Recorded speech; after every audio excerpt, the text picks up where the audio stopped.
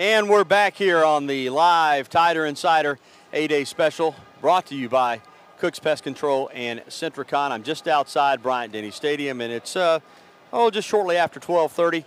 Kickoff about an hour and a half away from the A-Day game. Well, most college students during spring break either head to the beach, or they may go home, or they may just hang out with friends. But that was not the case for Alabama offensive guard Barrett Jones. John Huddleston rejoins us now with this very heartwarming story. John? Yeah, Gary, when I talked to Barrett Jones earlier this week, he told me that when he heard what happened in Haiti, he wanted to help, and more than that, he felt compelled to. January 12th, 2010. Moments before 5 p.m., a magnitude 7 earthquake shook the country of Haiti to its core.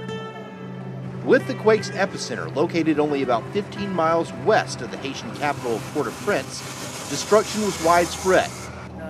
Buildings standing several stories tall were reduced to mere rubble. We need more people down here! An estimated 230,000 people were killed, another 300,000 injured, and nearly 1 million people were left homeless. Meanwhile, back in Alabama, Tide offensive lineman Barrett Jones had just returned from California after helping the Tide win the program's 13th national championship. But that joy soon diminished as the images from Haiti began to pour in. I just saw everything on the news and saw some of the reports, and it really felt kind of a tug at my heart, just that I needed to somehow go over there and get involved.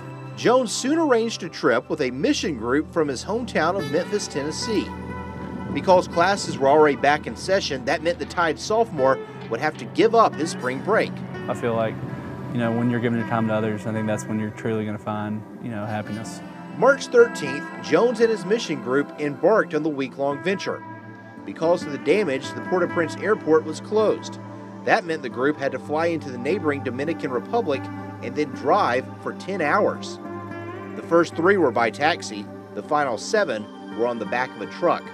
Once they reached their final destination, the city of Pinyon, reality set in. Made me really grateful for what I had. That's a cliche saying. We always say, be grateful for what you have, but really when you see people over there that don't have the basic needs and amenities, such as water, shelter, clothing, things that we just completely take for granted in America. I know you said in an interview before you left that you thought you would see destruction, you thought you would see people that lost everything. But then when you came back, you talked to the press again, and this time you said that you were even more shocked when you saw it in person because it was real. I guess when it really becomes real to you is when you talk to some of the people first, that firsthand experience this. And you talk to them and you hear their stories and what they witnessed with their own eyes and went through. It really is, it's unbelievable. Really there's no picture or video that can really do it justice. And what you can't really see is the people on TV, and their expressions, and you can't really see just the hurt that they've gone through and just how much suffering they've endured. Jones's group participated in various relief projects like building showers and laying pipes, all part of an effort to bring basic necessities to the city's residents. Most of those residents are children.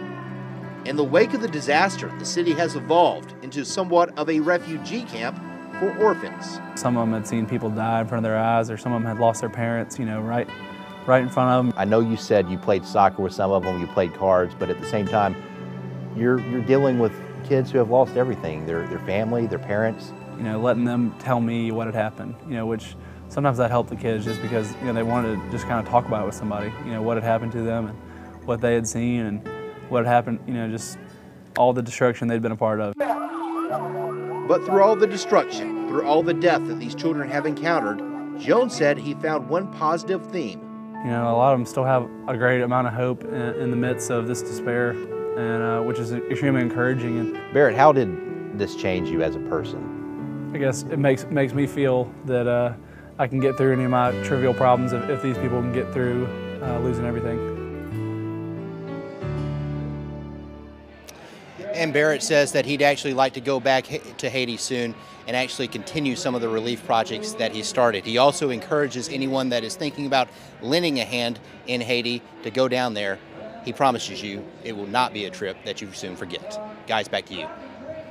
Great story, John. Great job on that. And Barrett Jones, we know he's a class act. Comes from a terrific family. His dad, Rex, played basketball here for Wimps Anderson. But to give up your spring break to go help those that are truly in need. I mean, these people are devastated down there. They've lost everything.